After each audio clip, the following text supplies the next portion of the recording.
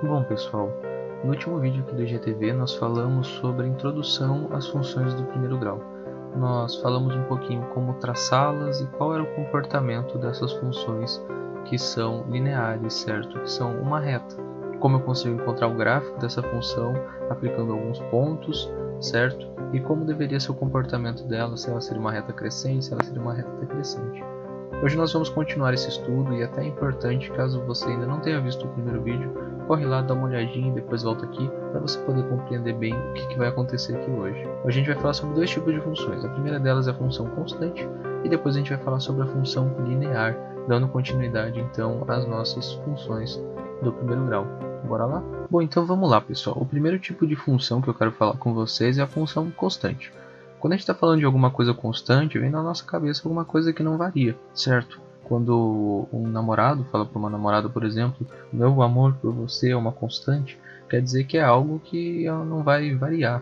Interprete se isso é bom ou se isso é ruim, dependendo de cada contexto. Mas enfim, é uma coisa que não muda. A gente pode pensar que o comportamento do aluno de sempre tender a deixar a matéria acumulada para o dia da prova é uma constante, certo? Em todas as escolas e todas as salas nós vamos ver alunos que têm esse tipo de comportamento, que se não a maioria desses alunos com esse comportamento que é constante em todos os alunos. Então, uma função constante, da mesma forma, é algo que ele vai ter um comportamento igual para todos os pontos que esse gráfico vai percorrer. Então, essa função ela tem o mesmo comportamento para todos os pontos do gráfico. Como nós vimos na aula passada, uma função ela pode ser interpretada como sendo uma máquina a partir da qual a gente vai colocar valores de x e ela vai nos retornar valores de y, isso é uma função.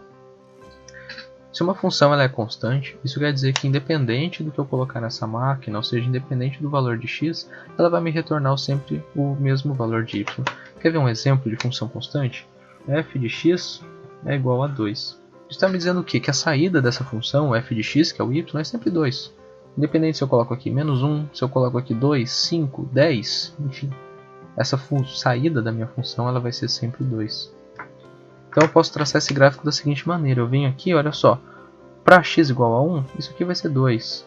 Para x igual a 2, isso aqui vai ser 2. X igual a 4, isso aqui vai ser 2. Não importa, se eu tiver em x aqui negativo agora, menos 2, isso aqui vai ser 2. Menos 4, isso aqui vai ser 2.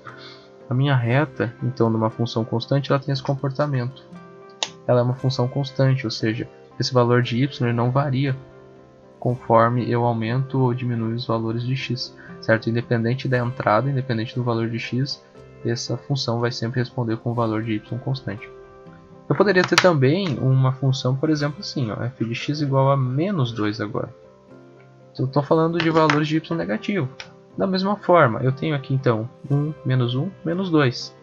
Traço uma reta aqui no menos 2. Então quer dizer que para qualquer valor de x que eu coloco aqui na minha função, ela sempre vai me retornar um valor de y igual a menos 2, nesse caso.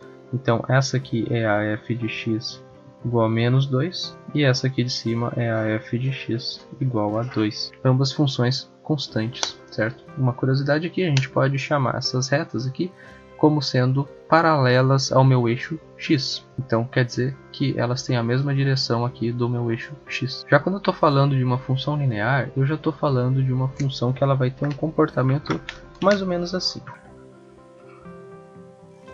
Ela já vai ter uma inclinação, certo? Com certo ângulo. Vou colocar aqui θ, por exemplo, em relação ao meu eixo x.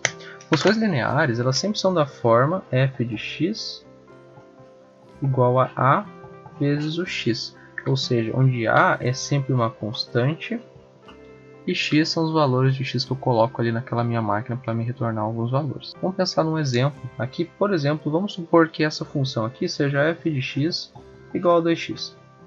Isso quer dizer que se eu fizesse a minha tabelinha de valores de x e y para essa função, se eu tivesse um x igual a 1, isso aqui seria 2 vezes 1, 2. Se eu tivesse um x igual a 2, 2 vezes 2, 4.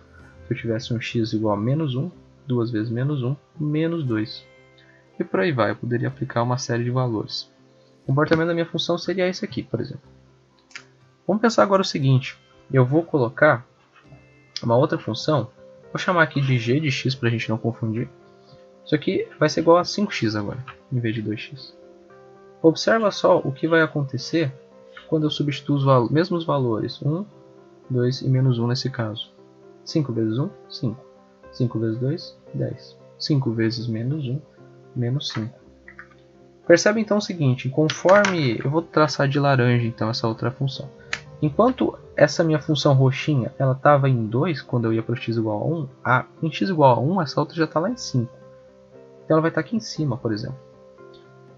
Para o ponto 2 ela já vai estar lá em 10, ela cresceu muito mais.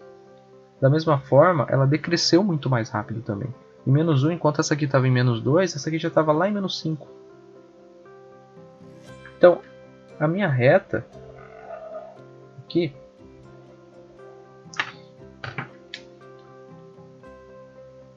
a gente pode imaginar então que essa minha reta ela vai ter o seguinte comportamento. Para cá ela vai crescer muito mais rápido do que a minha f de x.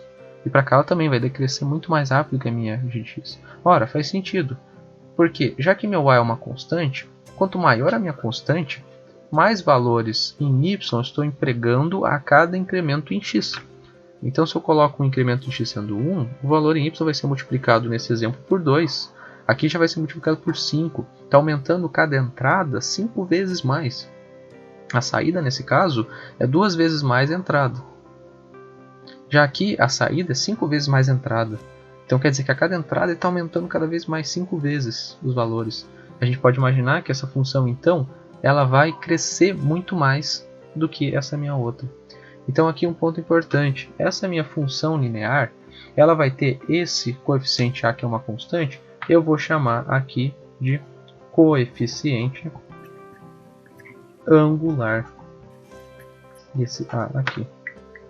Por que é importante eu saber isso? Porque olhando a equação de uma função, olhando para o coeficiente angular, eu vou saber descrever o comportamento daquela minha função. Quanto maior o coeficiente angular, mais inclinada em relação ao eixo x. Então, olha só, enquanto essa minha função f ela teria essa inclinação θ, a minha função g ela já teria essa outra inclinação aqui, α, por exemplo, que é muito maior do que a minha θ. Ela é mais inclinada, então quanto maior o meu coeficiente angular da minha função, mais inclinada estaria a minha reta, maior seria o ângulo que ela faria em relação à minha horizontal.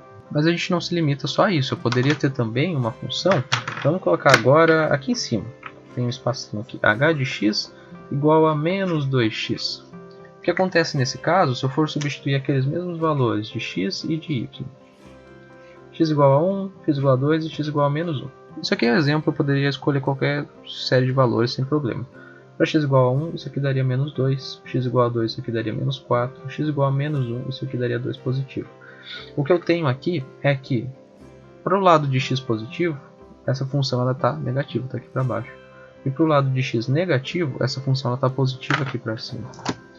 Então eu tenho uma função que ela se comporta dessa maneira, certo?